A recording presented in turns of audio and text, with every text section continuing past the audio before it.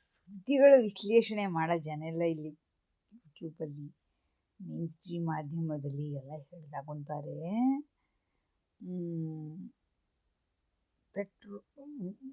Iran war ಕಡೆಯಿಂದ ಏನೇನೆಲ್ಲ ಆಗಬಹುದು, ಇದಕ್ಕೆಲ್ಲ ನೀವು ರೆಡಿಯಾಗಿರಿ ಈಗಲೇ ಅಂತ ಅಂದ್ಬಿಟ್ಟು ಅದೆಂತ ಮಾಡು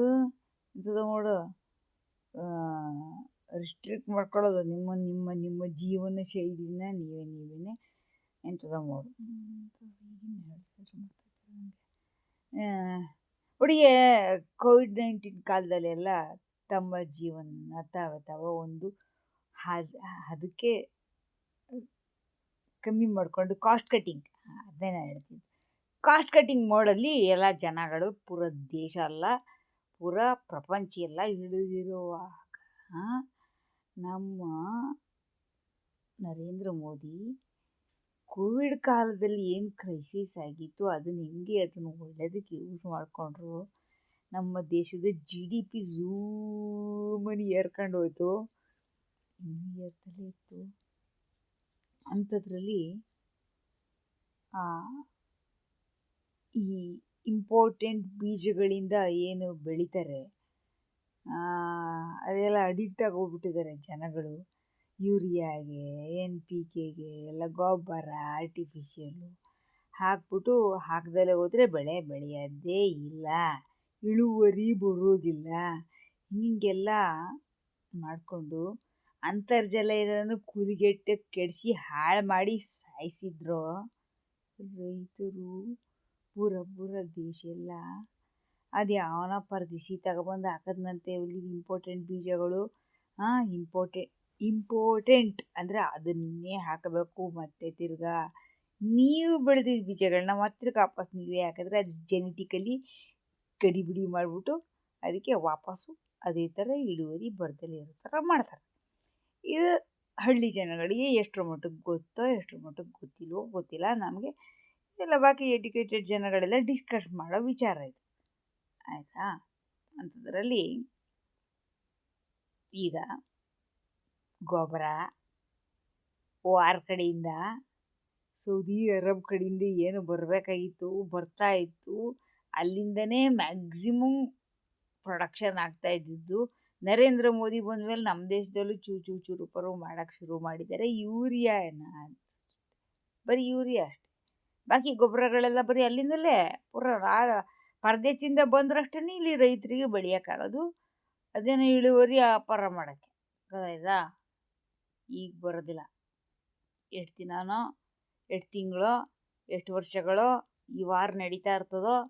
ಆ ಟ್ರಂಪ್ ಅಪ್ಪನ ತಲೆ ಒಳಗಡೆ ಏನೇನೆಲ್ಲ ಹುಚ್ಚುಚ್ಚು ಐಡಿಯಾಗಳು ಬಂದಿರ್ತಾವೋ, ಎಲ್ಲಿ ತನಕ ಅವರೆಲ್ಲ ಇಸ್ರಾಯೇಲು, ಇರಾನು ಇವ್ರ ತಲೆ ಒಳಗಡೆ ಎಲ್ಲ ಏನೇನೆಲ್ಲ ಕ್ರಾಫ್ಟಿ ಐಡಿಯಾಗಳೆಲ್ಲ ಬರ್ತಿರ್ತಾವೋ ಅಷ್ಟು ದೂರದ ತನಕ ವಾರ ಮುಂದಕ್ಕೆ ಹೋಗ್ತಾ ಇರುತ್ತೆ. ಪೆಟ್ರೋಲ್ ಬೆಲೆ, ಡೀಸೆಲ್ ಬೆಲೆ ಅದು ಬೇರೆ ಬೇಕಲ್ಲ ನಿಮಗೆ ರೈತರಿಗೆ.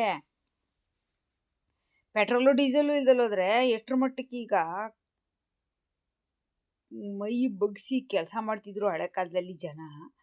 ಆ ಥರ ಮಾಡ್ತಾರಲ್ಲ ಇಲ್ವಲ್ಲ ಇವಾಗೆಲ್ಲ. ನಿಮ್ಮ ಹತ್ರ ಟ್ರ್ಯಾಕ್ಟರ್ ಉಂಟು, ಟಿಲ್ಲರ್ ಉಂಟು, ಆಮೇಲೆ ರೋಟೋವೇಟರ್ ಉಂಟು, ಆಮೇಲೆ ಇದು ಇಂಥದ್ದು ಟ್ರೆಂಚ್ ಹೊಡಿಯೋಕ್ಕೆ ಶುಂಠಿ ಮಧ್ಯ ಅದಕ್ಕುಂಟು ಮೆಷಿನ್ನು, ಗದ್ದೆ ಕಟ್ ಮಾಡೋಕ್ಕೆ ಮೆಷಿನ್ ಉಂಟು. ಎಲ್ಲದಕ್ಕೂ ನಿಮಗೆ ಡೀಸೆಲ್ ಬೇಕು, ಇಲ್ಲಾರ ಪೆಟ್ರೋಲ್.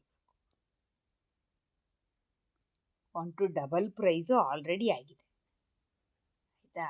50-60 ಬ್ಯಾರಲ್ ಗೆ ಡಾಲರ್ಸ್ಗೆ ತಗೋತಾ ಇದ್ದಿದ್ದು 100 ಮೀರಿಸಿ 110, 15, 20 ಹಿಂಗೆ ಏರ್ತಾ ಇದೆ. ಏನು ಪೆಟ್ರೋಲಿಯಂ ಅಂದರೆ ಕಚ್ಚಾ ತೈಲದ ಬೆಲೆ. ಏನು ಮಾಡ್ತೀರಿ ಈಗ? ಕಾಸ್ಟ್ ಕಟ್ಟಿಂಗ್ ಮೋಡಿಗೆ ನೀವು ಇಳಿಬೇಕಾಗತ್ತೆ. ಆಮೇಲೆ ಇದೆಲ್ಲ ಮೆಷಿನ್ಗಳನ್ನೆಲ್ಲ ಸ್ವಲ್ಪ ಕಾಸ್ಟ್ ಕಟ್ಟಿಂಗ್ ಅಂದರೆ ಏನು, ನಿಮ್ಮ ಖರ್ಚನ್ನು ನೀವೇ ಸ್ವಲ್ಪ ಕಮ್ಮಿ ಮಾಡ್ಕೊಳ್ಳೋದು. ಆವಾಗ ಮೈ ಬಗ್ಸಿ ಕೆಲಸ ಮಾಡೋಕ್ಕೆ ಶುರು ಮಾಡ್ತೀರ. ಆವಾಗ ನಿಮ್ಮ ಅಜ್ಜಿ ತಾತಗಳು ತಾತಗಳ ಕಾಲದಲ್ಲಿ ಮುತ್ತಾತಗಳ ಕಾಲದಲ್ಲಿ ಹೆಂಗೆ ಬೆಳೀತಿದ್ರು ಪರದೇಶಿಗಳು ಈ ಇಂಪಾರ್ಟೆಂಟ್ ಬೀಜಗಳದನ್ನು ತಗೊಂಬಂದು ಎಲ್ಲಾರ ಹಾಕಿ ಗೊಬ್ಬರ ಹಾಕ್ದಲ್ಲೂ ಬೆಳೆಯೋಕ್ಕೆ ಎಲ್ಲ ಹಾಕ್ಲೇಬೇಕು ನೋಡ್ರಿ, ನಮ್ಮ ಹತ್ರನೇ ಬೀಜ ತಗೊಳ್ಳೇಬೇಕು ವಾಪಸ್ಸು ನೋಡ್ರಿ, ಹಿಂಗೆಲ್ಲ ಮಾಡ್ತಿದ್ರು. ಹಳೆ ಕಾಲದಲ್ಲಿ ಎಲ್ಲಿ ಮಾಡ್ತಿದ್ರು? ಯಾವನ ಪರಿಸ್ಥಿತಿ ತಗೊಂಬಂದು ಹಾಕ್ದ ಅದನ್ನಲ್ಲಿ ಯಾವುದೋ ಪರದೇಶದಿಂದ ಪತ್ತೆ ಮಾಡಿ ಯಾವುದು ಪರದೇಶದಿಂದ ಅಂತ ಅಂದ್ಬಿಟ್ಟು ನಿಮಗೆ ಇಂಟ್ರೆಸ್ಟ್ ಇದ್ದರೆ ಅದೀಗ ಬಂದ್ ಮಾಡಬೇಕಾಗತ್ತೆ. ನೀವು ಇಳುವರಿ ಕಮ್ಮಿ ಆದರೂ ಪರವಾಗಿಲ್ಲ, ನಿಮ್ಮ ಹೊಟ್ಟೆಗಾರ ಬೇಕಲ್ಲ ಅನ್ನ, ಎಷ್ಟು ಬರ್ತದೋ ಅಷ್ಟೇ ಬರಲಿ ಅಂತ ಲೆವೆಲ್ಗೆ ಇಳಿತೀರಿ. ನ್ಯಾಯ ನೀತಿಲಿ ಅದನ್ನ ಪ್ರಾಕ್ಟೀಸ್ ಮಾಡೋಕ್ಕೆ ಶುರು ಮಾಡಿದ್ರೆ ಆಗುತ್ತೆ. ನಾನು ಮಾಡ್ತಾ ಇಲ್ವಾ? 2008ರಲ್ಲಿ ಬಂದಿದ್ದು, ನಾನು ಬೆಳೆದೆ ಭತ್ತ, ಯೂರಿಯಾ ಹಾಕಿಲ್ಲ, ಎಂಥ ಮಣ್ಣಂಗಟ್ಟಿ ಗೊಬ್ಬರನೂ ಹಾಕಿಲ್ಲ, ಅಂದರೂ ಬೆಳೆದೆ ಭತ್ತ, ಚೆನ್ನಾಗಿ ಬೆಳೀತಪ್ಪ. ಜನಗಳಿಗೆಲ್ಲ ತೋರಿಸ್ತಿದ್ದೆ, ನಾನು ನೋಡ್ರಲ್ಲ ಯಾರು ಹೇಳಿದ್ದು ಬೆಳೆಯೋಕ್ಕಾಗೋದಿಲ್ಲ ಆಗುತ್ತೆ. ಫಸ್ಟ್ ಆಫ್ ಆಲ್ ನೀವು ನೆಲನ ಸಾಯಿಸೋದು ನಿಲ್ಲಿಸಿ. ಪಚ್ಚೆ ಕೆಮಿಕಲ್ ಕಳೆನಾಶಕ ಇದನ್ನೆಲ್ಲ ಹೊಡ್ಕೊಂಡು ನೆಲನ ಮಣ್ಣನ್ನು ಸಾಯಿಸೋದನ್ನ ನಿಲ್ಲಿಸಿದ್ರೆ ಆವಾಗ ವರ್ಕೌಟ್ ಆಯ್ತು. ಕಾಸ್ಟ್ ಕಟಿಂಗ್ ಅಂದರೆ ಖರ್ಚು ಕಮ್ಮಿ ಮಾಡ್ಕೊಳ್ಳೋದು, ಆಯಿತಾ? ಆ ಮೆಷಿನರಿಗಳೆಲ್ಲ ಯೂಸ್ ಮಾಡೋಕ್ಕಂತೂ ಡೀಸೆಲ್ಗೆಂತ ಏರ್ತದೆ ಬೆಲೆ, ಆಲ್ರೆಡಿ ಏರಿದೆ, ಆಯಿತಾ?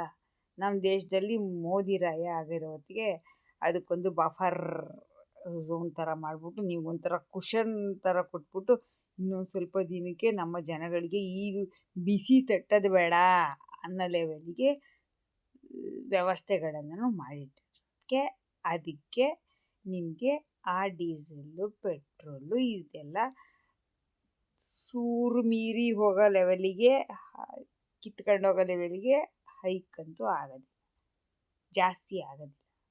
ಅದಕ್ಕೆ ವ್ಯವಸ್ಥೆ ಮಾಡಿದ್ದಾರೆ ಮೋದಿ ರಾಯನ ಗೌರ್ಮೆಂಟ್ ಕಡೆಯಿಂದ. ಮೋದಿ ಬುದ್ಧಿವಂತಿಕೆಯಿಂದ, ಜೈಶಂಕರ್ ಬುದ್ಧಿವಂತಿಕೆಯಿಂದ ಅವೆಲ್ಲ ವರ್ಕೌಟ್ ಆಗಿದ್ದಾವೆ. ಅಂದರೂ ನೀವು ಕಾಸ್ಟ್ ಕಟಿಂಗ್ ಮಾಡಬೇಕು, ಗೊಬ್ಬರ ಇಲ್ಲದಲೇ ಬೆಳಿಬೇಕು, ಆಮೇಲೆ ಮೆಷಿನರಿಗಳನ್ನ ಕಮ್ಮಿ ಯೂಸ್ ಮಾಡಿಕೊಂಡು ನಿಮ್ಮ ಶ್ರಮನ ನೀವು ಹಾಕಿ ನೀವು ಬೆಳಿಬೇಕು. ಇಲ್ಲದಲ್ಲ ಹೋದರೆ ನಿಮಗೆ ಬಾಕಿ ಖರ್ಚುಗಳೇನು ಇರ್ತಾವಲ್ಲ ಅವೆಲ್ಲ ಏರ್ತಾನೆ ಕುಂತವಲ್ಲ. ಒಂದು ಏರಿದ್ರೆ ಎಲ್ಲ ಅದು ಏರ್ತದೆ. ಪೆಟ್ರೋಲಿಯಮ್ಮು ಏರಿದ್ರೆ ಬಾಕಿದು ಎಲ್ಲದ್ರದ್ದು ಬೆಲೆ ಏರ್ತದೆ ಒಬ್ಬೊಬ್ಬರಿಗೆ, ಇಳಿತದೆ ಒಬ್ಬೊಬ್ಬರಿಗೆ. ಮೊಟ್ಟೆ ಬೆಲೆ ಇಳ್ತದಲ್ಲ ಇವಾಗ,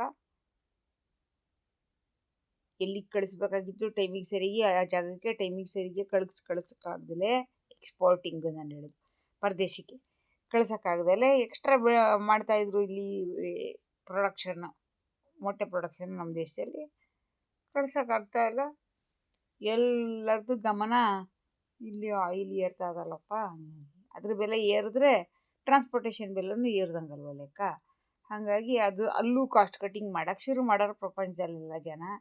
ಅಂದರೆ ತಿನ್ನೋದೇ ಕಮ್ಮಿ ಮಾಡೋರು ಅಂದ್ರೆ ನೀವು ಪ್ರೊಡಕ್ಷನ್ ಮಾಡಿಲ್ಲೇನೆ, ಅದೇನಕ್ಕೆ ಬರ್ತದೆ?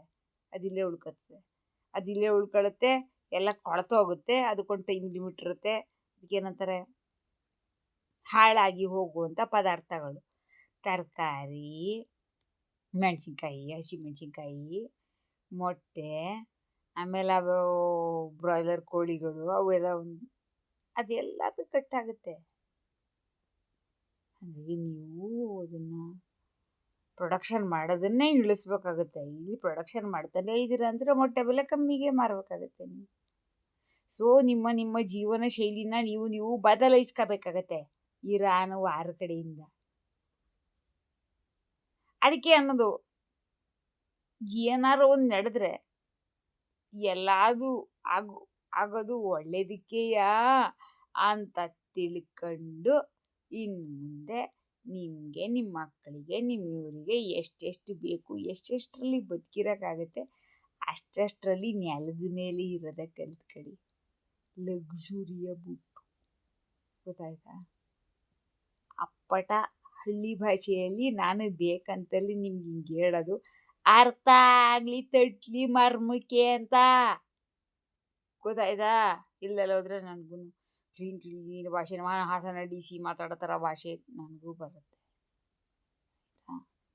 ನಾನು ಬೇಕಂತಲೇ ನಿಮಗೆ ಅರ್ಥ ಆಗೋ ಭಾಷೆಯಲ್ಲಿ ಹೇಳಿ, ಎಷ್ಟಾಗಷ್ಟರ ಮಟ್ಟಕ್ಕಾಗುತ್ತೆ ಅಷ್ಟರ ಮಟ್ಟಕ್ಕೆ ಹೇಳಿ ನಿಮ್ಮ ಬುದ್ಧಿಮತ್ತೆಗೆ ತಲುಪೋಕ್ಕೆ ವ್ಯವಸ್ಥೆ ಮಾಡೋದು ನಾನು. ಎಷ್ಟು ಕಷ್ಟಪಡ್ತೀನ್ರ ನಿಮ್ಮಜ್ಜಿ ಸಬ್ಸ್ಕ್ರೈಬ್ ಮಾಡ್ತೀರಾ ಅಷ್ಟೇ ಹೊರತು, ಎಲ್ಲ ಒಂದಷ್ಟು ಜನ ಫಾಲೋ ಮಾಡ್ತೀರಾ ಅಷ್ಟೇ ಹೊರತು, ಯಾರೂ ಮೆಂಬರ್ಶಿಪ್ ತೊಗೊಳೋದಿಲ್ಲ ನನ್ನ ಹತ್ರ. ಏನು 20 ರೂಪಾಯಿ, 29 ರೂಪಾಯಿ, ಏನು 40 ರೂಪಾಯಿ ಮಾಡಿಟ್ಟಾರೆ ಯೂಟ್ಯೂಬ್ ಜನ. ಮಾಡೋರು ಯಾಕಂದರೆ ಕಂಟೆಂಟ್ ನಂದು ಚೆಂದ ಇರ್ತದೆ ಅಂತೇಳಿ 40 ಮಾಡ್ಕೊಂಡಾರೆ. ಅವರು ಮಾಡ್ಕೊಂಡಿರೋದು, ನಾನೆಲ್ಲ ಮಾಡಿರೋದು. ಒಂದು ತಿಂಗಳಿಗೆ 40 ರೂಪಾಯಿ. ನಾ ಕೊಡೋ ಅಪ್ಲೋಡ್ ಮಾಡೋ ಇದಕ್ಕೆ ಮ್ಯಾಟರ್ಗೆ, ಕಂಟೆಂಟಿಗೆ ಕೊಡೋಕ್ಕಾಗೋದಿಲ್ವಾ? ನೀವು ಬಿಡಿ ಸಿಗರೇಟ್ ಸೇದೋಕ್ಕೆ ಎಷ್ಟು ಖರ್ಚು ಮಾಡ್ತಿರಲ್ಲ, ಅದಕ್ಕಿಂತ ಕಮ್ಮಿ ಬೆಲೆ ಆಗುತ್ತೆ. ಕರೆನ್ಸಿ ಹಾಕಿಸ್ಕೊತಿರಲ್ಲ, ಈಗ ನನ್ನ ವಿಡಿಯೋ ನೋಡ್ಬೇಕಂದ್ರೆ ನೀವು ಕರೆನ್ಸಿ ಹಾಕಿಸ್ಕೊಡಿ, ಡೇಟಾ ಕರೆನ್ಸಿ, ಅದಕ್ಕಿಂತ 100 ಪಟ್ಟು ಕಮ್ಮಿ ಬೆಲೆ.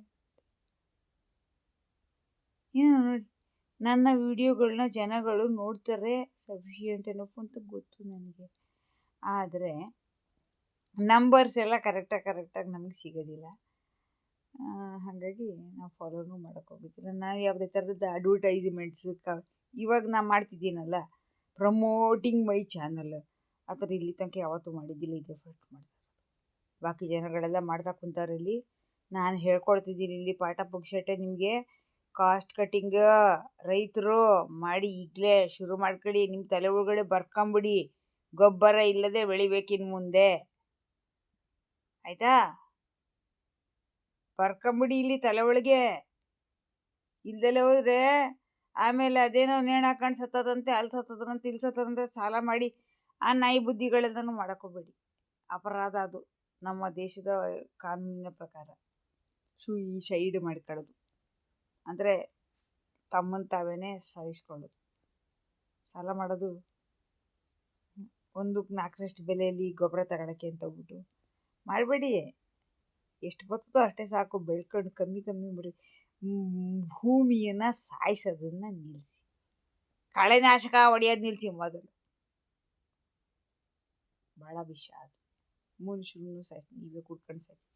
ಈ ಕಳೆನಾಶಕ ಕುಡಿದು ಸೂಸೈಡ್ ಮಾಡ್ಕೊಂಡು ಅಲ್ಲಿ ಹಾಸ್ಪಿಟ್ಲಲ್ಲಿ ಬಂದುಬಿಟ್ಟು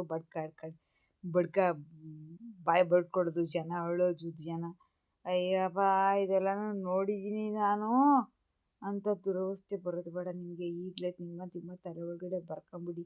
ನಮ್ಮ ಜೀವನನ ನಾವು ನಮ್ಮ ಅಜ್ಜಿ ತಾತಗಳು ಹೆಂಗೆ ಇದ್ರು ಆ ಥರ ಲೈಫ್ ಸ್ಟೈಲ್ಗೆ ಇಳಿಸ್ಬೇಕು ಅಂತ ಬರ್ಕೊಂಬಿಡಿ. ಎಲ್ಲ ನಡೀತಿರೋದು ಇರಾನ್ ವಾರಿಂದ, ಗೊತ್ತಾಯ್ತಾ? ಅಷ್ಟು ತಿಳ್ಕೊಂಬಿಡಿ.